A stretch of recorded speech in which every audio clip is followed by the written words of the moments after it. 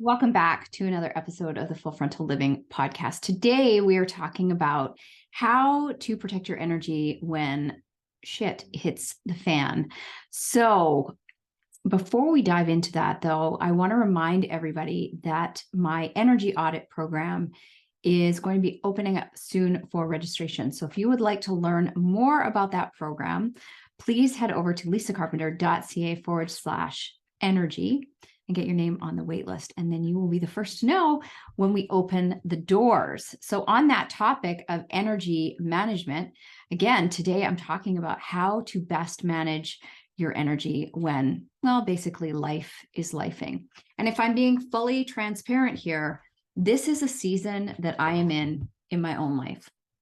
And I don't love a season when life is lifing, but I'm also really grateful for the work that I've put into myself on my own self-development up into this point, because it's allowing me to navigate some very challenging times with a lot of grace and love and compassion as I ride the waves of grief and every other emotion that you can imagine. And this is why I'm so passionate about this work. This is why I've been so committed to my own growth over the past 11 years, because I don't care how high vibe you might be in life. I don't care how good things are going for you. I don't care what your highlight reel looks like over on Instagram. Life is always going to life. And the more grounded you are in yourself, who you are, how you feel, managing your emotions, the better you're going to be able to navigate when something happens in your world. And it's inevitable. Somebody will die, somebody might leave, something could happen to one of your children. Now, I don't want to get all like catastrophic here, but this is the life, like this is the human experience that we have on this planet. It's not sunshine, roses, and unicorns all the time. And what I know about all the men and women that I've had the privilege of working with is that many of them have been lifed, which is why they start down the path of this developmental work. And when something happens again, which inevitably it will, they are going to be more prepared to handle it in a much different way. And I can tell you that that is what is occurring for me now. So if you are unfamiliar with my story, 11 years ago, I discovered that my husband was an addict, and my whole life fell out from underneath me. It was like somebody dropped a grenade on my life. And it was one of those moments where I kept waiting to wake up, hoping that I would wake up. Now, off he went to rehab to get healthy and well. And I stepped into responsibility for my role in the relationship. Now, I wasn't the cause of his addiction, but there's a reason why I was in that relationship to start with. And it was a really amazing opportunity for me to start discovering things about myself that I didn't know. This is why they're called blind windows. So I learned about my control issues and my perfectionism and my approval seeking, along with many, many other behaviors that I was getting into. So, these are all codependent behaviors. They're also classified as process addictions. And I had a lot of stuff to work through. And over the years, that's exactly what I've done. And I've come back to this place of knowing who I am without all the bullshit and without the behaviors to cope my way through life, because I've cultivated a very deep relationship with myself. My self-worth and my self-love and my self-esteem is all at places that it's never was in the past. And often these behaviors come from trying to outrun feelings that we don't want to feel. So if that's you, pay attention, because I've got a whole bunch of points here that I'm going to share with you about the basics. So when something happens in your life, the basic ways you can start to manage your energy so that you don't lose yourself in whatever it is that has happened. And I know that that's so easy for people to just react to everything that's going on in their lives and not sit back and say, what do I need here for me? Most of my clients are so focused outwardly on everybody else and making sure everybody else is okay. And I often talk about this, like my clients are the people, if the ship is sinking, you want them on your team, right? Or if the house is on fire, they're going to make sure everybody gets out. And they often forget that they need to focus on themselves as well. And the more that they focus on themselves and taking care of their needs, the more they're going to be able to show up to support other people. And in these moments, this is really what we need. We need to take a step back and say, listen, I love you, but I also have to love myself more through this. And this is the season, as I said, that I'm in my own life right now.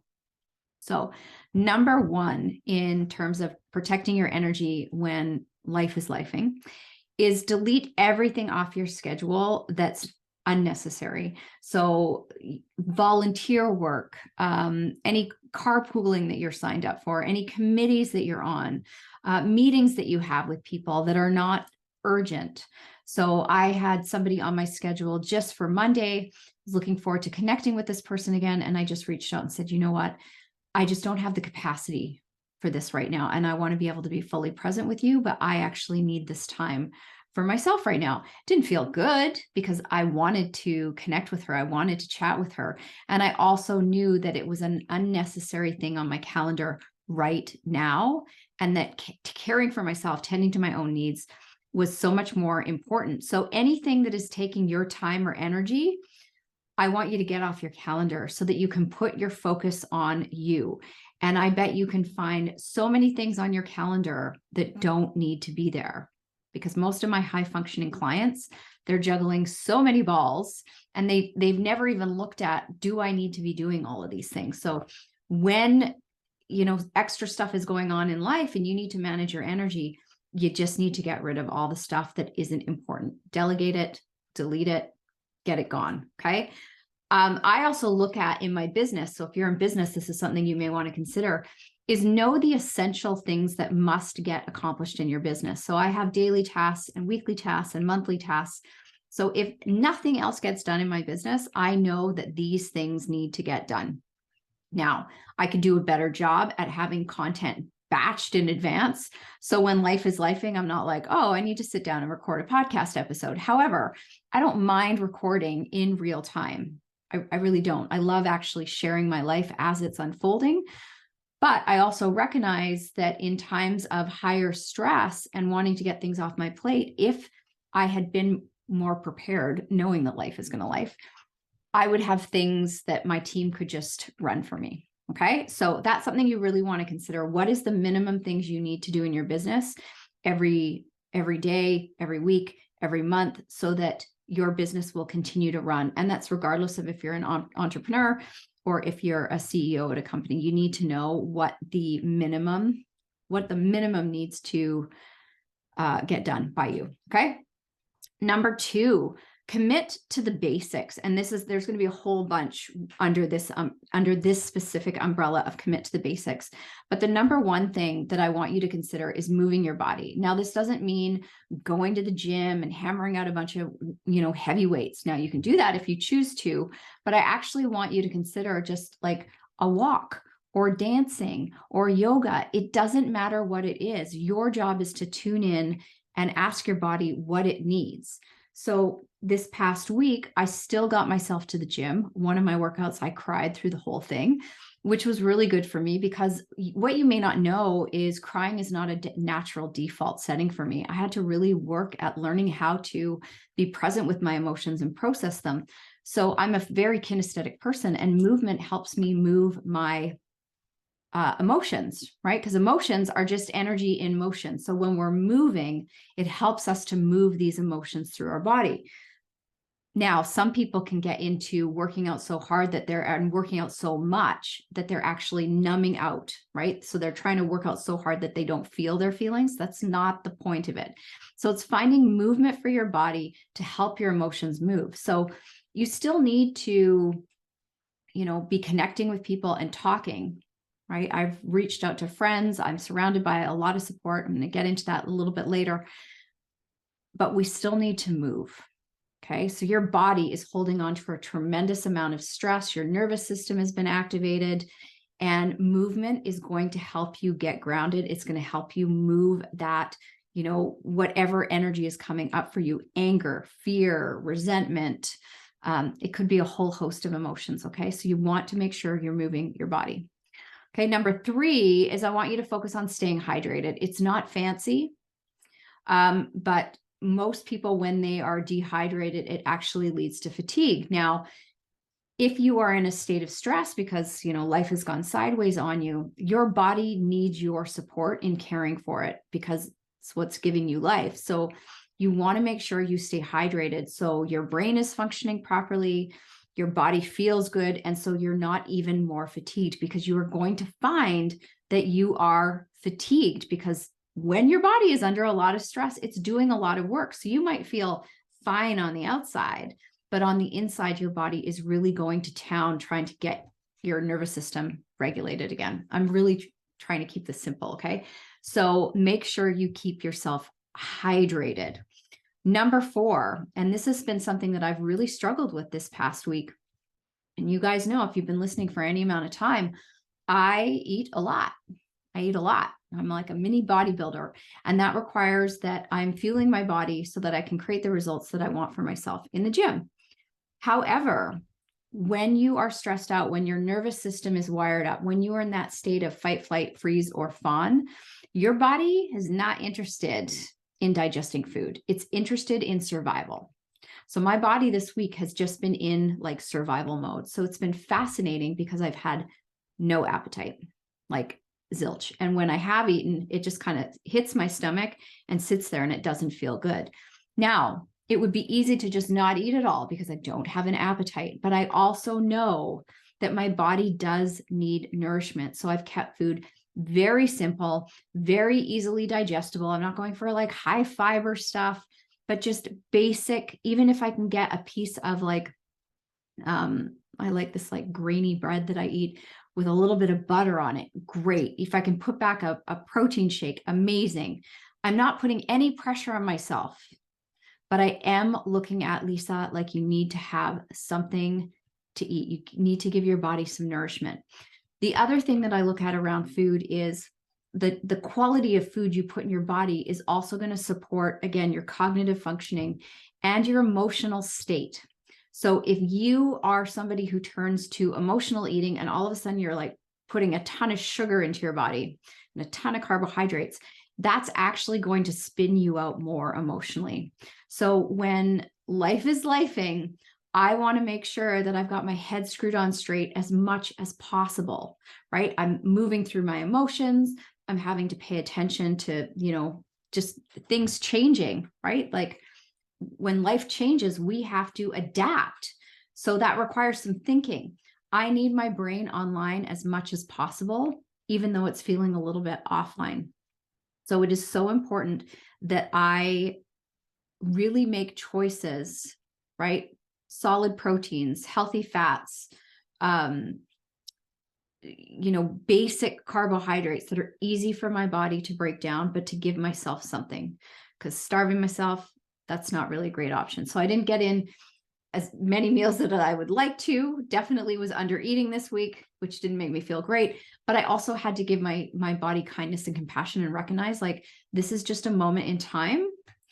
Give myself what I can and then move on. Okay. So please focus on making sure that you are getting in 2-3 meals a day at least, so that you can support your body as it transitions through this period of stress for you. Number 5, connect with your people.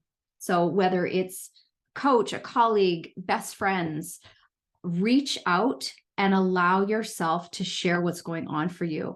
Now, when I first went through, my life, the bottom dropping out of my life, I didn't know how to do that.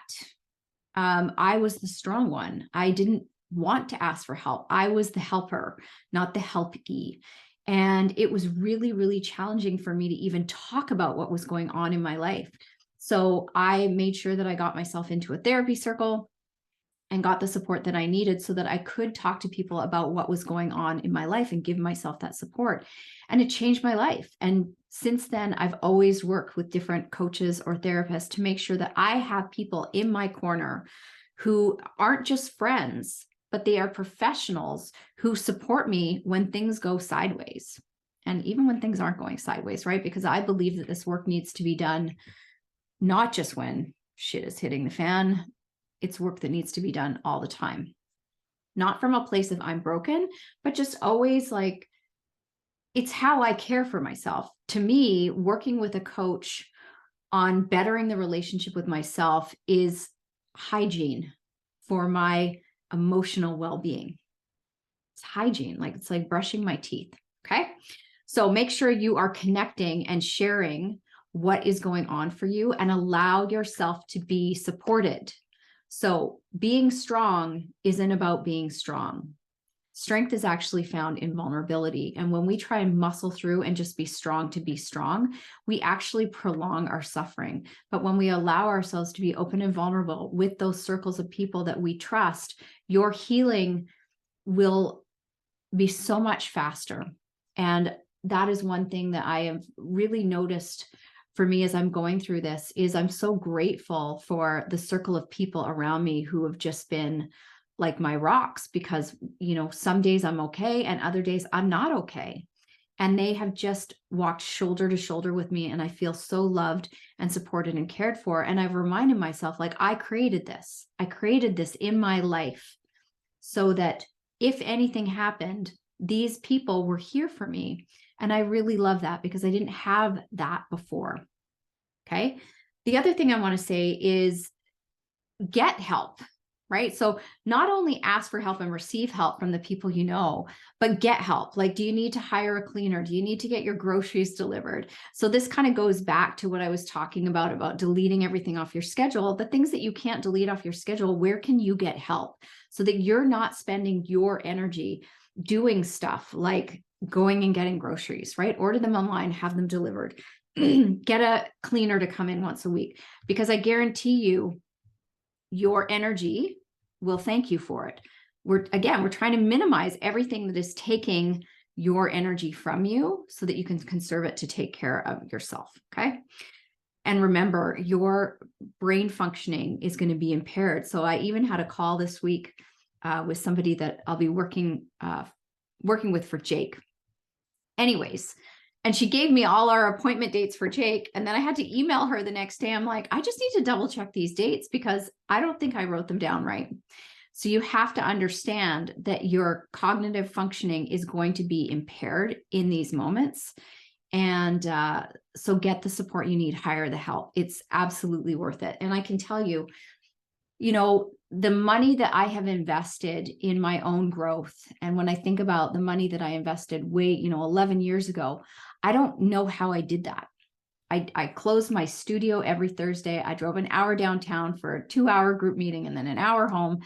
I don't know how I paid for it. I don't know how I made the time. I don't know how my business didn't go under because I was closing my business and managing all this stuff.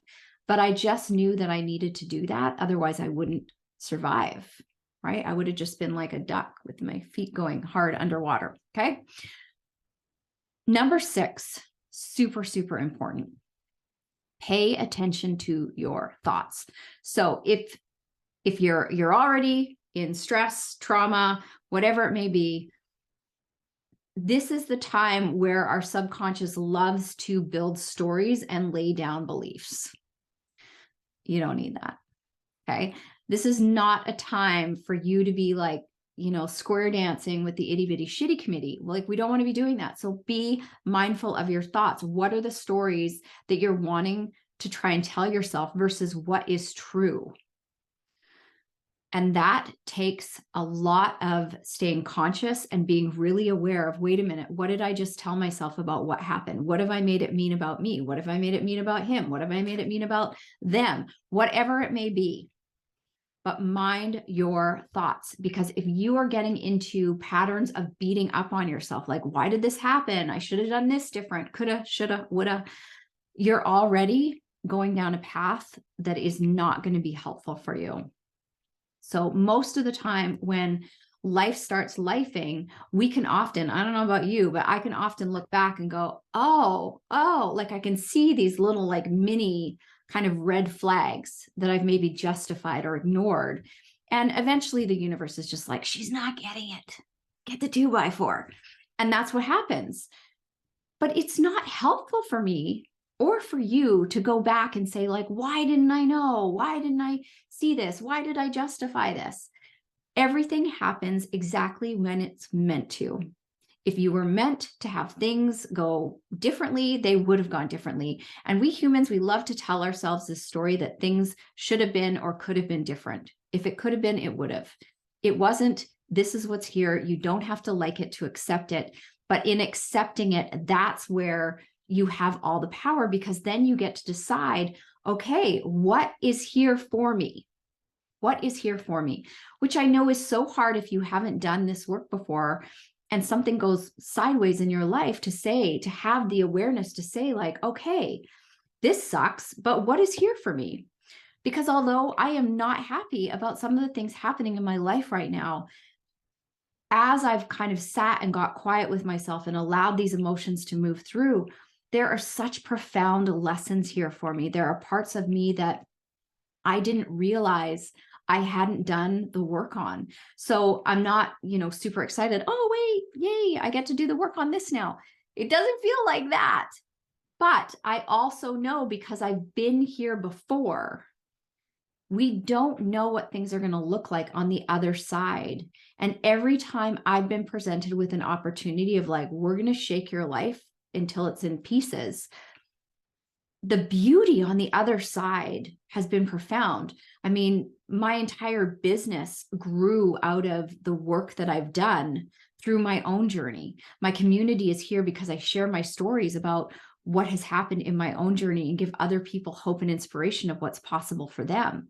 The things I'm able to do in my life now is because of those moments, those transformational moments that, nobody wants and ask for it. It's not convenient timing, but that's the way it works.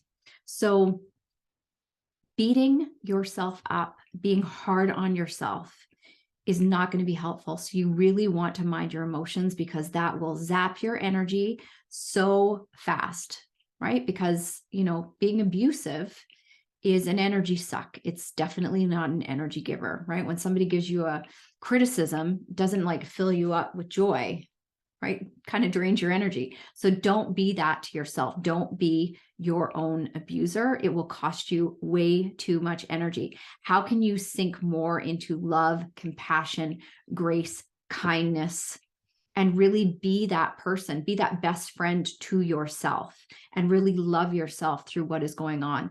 That takes a tremendous amount of courage and vulnerability. And it's just, I can't even describe how different that journey is. So this time, my journey using kindness and compassion and self-love, versus when I went through that massive life change before, all I did was beat myself up. How did I not know? What's wrong with me? I'm broken. Like, you name it. Every crappy story I had about myself came up. Okay. So pay attention to your thoughts. Number 7, allow your emotions without judgment. So don't judge them. Don't judge how you're feeling. So I couldn't record this podcast yesterday because I spent most of the day in tears.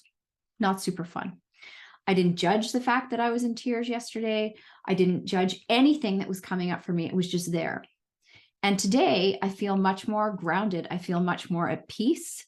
I feel much more in that space of everything is going to work out. Everything is going to be fine. I feel fully supported by my circle of peers, by the universe, however you want to call it. But I feel grounded.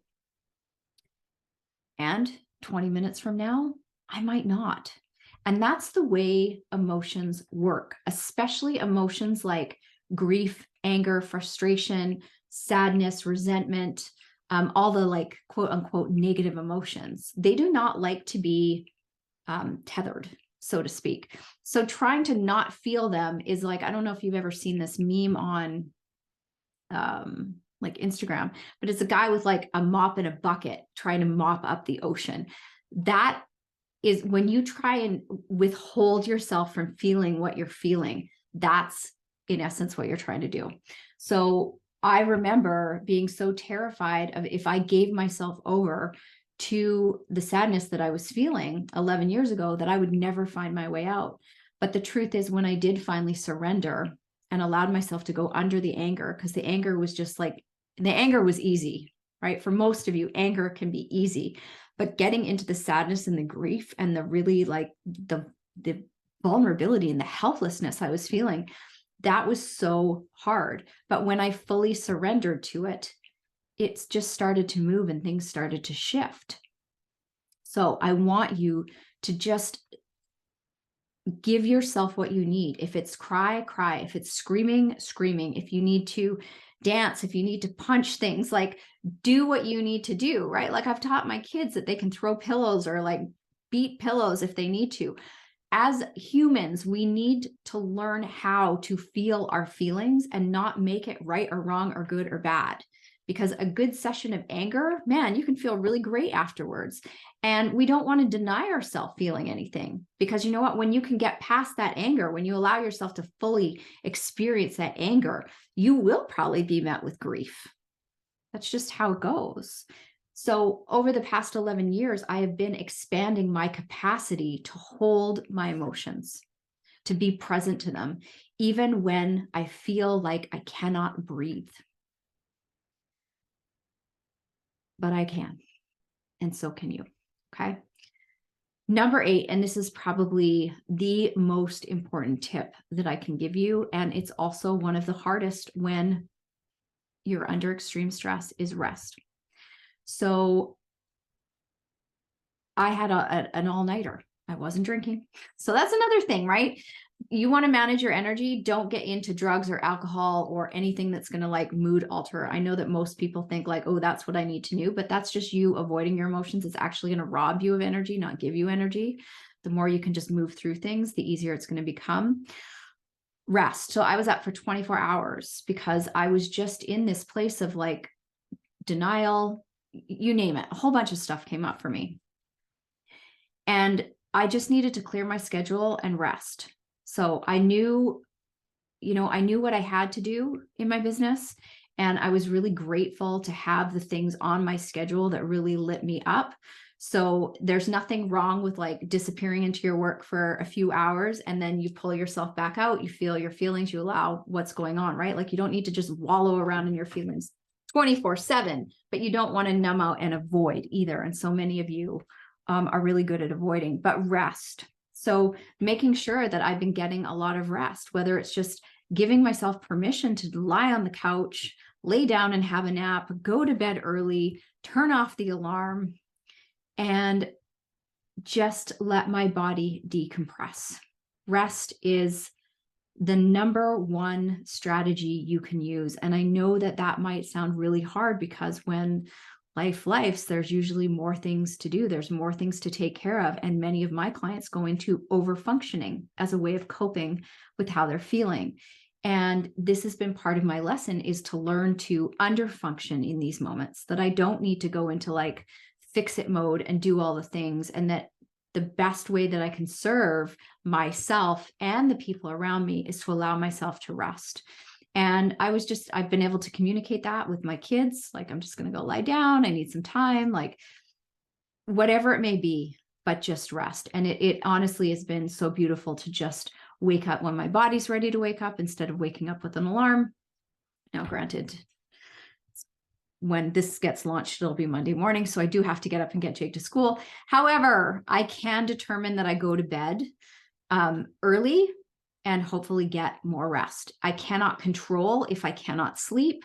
However, I can still I don't get frustrated if I can't sleep. I just allow myself to be in silence. And that's okay too, because rest doesn't always have to look like sleep. Rest can just be being still, being with your thoughts, and just again, that kindness and compassion piece. So this is why this work is so important. And I've never seen a person, I'm just trying to pull up my other notes that I had here for you guys. This work, it's like, how do I want to share this with you? It's like everything I've done over the last 11 years has prepared me for what is happening in my life right now. Good, bad, ugly, all of it. I feel very supported. So don't reach out and are you okay? Because I'm not interested in sharing details about anything. but I'm really proud of the work that I put into this. And so many people avoid doing this work. And then things happen and they wish they had done the work. You will never find anybody who's invested in their personal growth that will ever regret having invested in their personal growth. And, you cannot get everything from working in group programs. So I know I have a program coming out. I work inside a group program that's coming out, but I do want to say that there comes a point in time in everybody's journey, my belief, that you need to go deeper with yourself, working one-to-one with a coach or with a therapist, so that you can really uncover the things that are holding you back. Because I guarantee you, anything you haven't healed, when life starts lifing, will show up for you and be like, here you go. Here's a little gift you didn't clean up yet. So we're not here to suffer our way through life. We're not. So things are going to happen, but you get to decide how you want to move through things when they happen. You get to choose that. So you can draw that circle outside your feet and be responsible for everything inside the circle. So although I'm not doing this perfectly, nobody does. There's no way to move through things like this perfectly. And we certainly can't change other people, places, or things. But there's so much that you can do to support yourself in feeling better so that you don't go down the rabbit hole of being a victim and looking for someone to save you from the grief that you're experiencing. Even our grief is our own. Even our grief is our own. It doesn't matter who's done what or what's happened. At the end of the day, you are responsible for you, and blaming somebody else for how you're feeling isn't going to make you feel better. Being angry at someone else isn't going to make you feel better. That's like drinking the poison yourself and hoping that the other person will die. Like it doesn't work that way. So the work that I do is for people who are serious about transforming their life, because they know they're already holding a lot. And if one other Jenga piece comes out, everything's going to fall apart. And they don't want to live like this fear of everything falling apart. They want to know that they can handle anything that's thrown at them, not from a place of just muscling through and putting their health and well-being at risk, because that's generally what happens. So when I went through that first experience 11 years ago, on the other side of that, that's when burnout hit. Because I tried to muscle my way through that. And then all the years before of muscling my way through life, just trying to cope my way through, right? I was going to fight my way to get the results that I wanted. Eventually, physically, my body was like, we're out. We cannot deal with the levels of stress that you have been navigating. And this is why learning how to really care for myself, learning how to really value and love myself was so imperative, because things we love and we value, we take care of. And when we take better care of things, our body's going to function better. So I guarantee you that, when shit hits the fan, you'll be grateful for the time and the money that you've invested into yourself. I know that I am. And as I said, no one regrets doing this work, but many people will regret not doing this work. So, meaty episode for you today.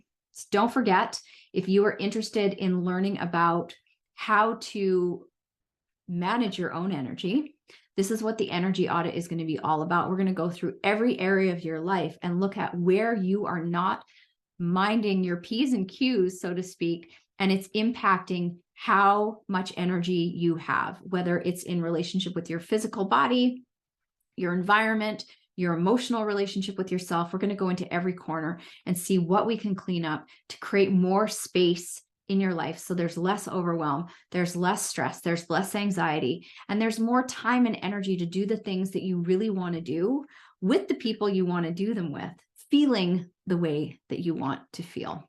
So thank you for tuning in to another episode. I would love to hear your thoughts and comments. If you haven't left a rating and review, please do so on your favorite listening platform. If you're watching on YouTube, leave a comment below. I would love to hear from you about what you took away from this video. And I will catch you all on the next episode. And all the links to anything I've mentioned will be in the notes below as well. So thanks for hanging out with me, and I will see you soon on the next episode.